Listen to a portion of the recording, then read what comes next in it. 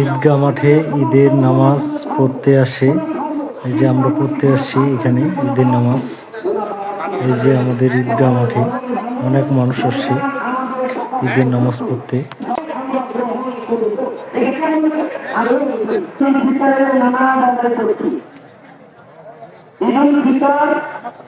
এবং জানাজার নামাজ পড়তে গিয়ে আমরা অনেক সময় ভেজাল লাগিয়ে ফেলি, গ্যাস লাগিয়ে ফেলি।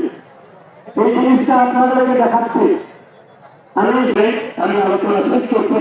আলোচনা শেষের মধ্যে আমার উত্তর মাননীয় প্রতি আমার যারা দাঁড়িয়ে আছেন, যারা দাঁড়িয়ে আছে দ্রুত, যারা দাঁড়িয়ে আছে দ্রুত আপনারা ঢাকার দিয়ে বসুন।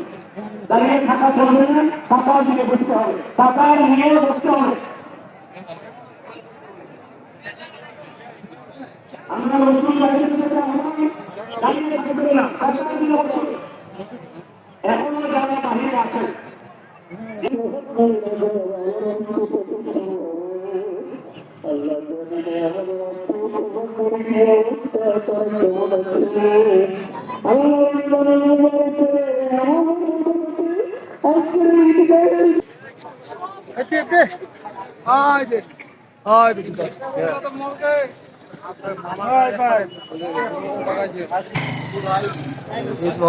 লাগা যাচ্ছে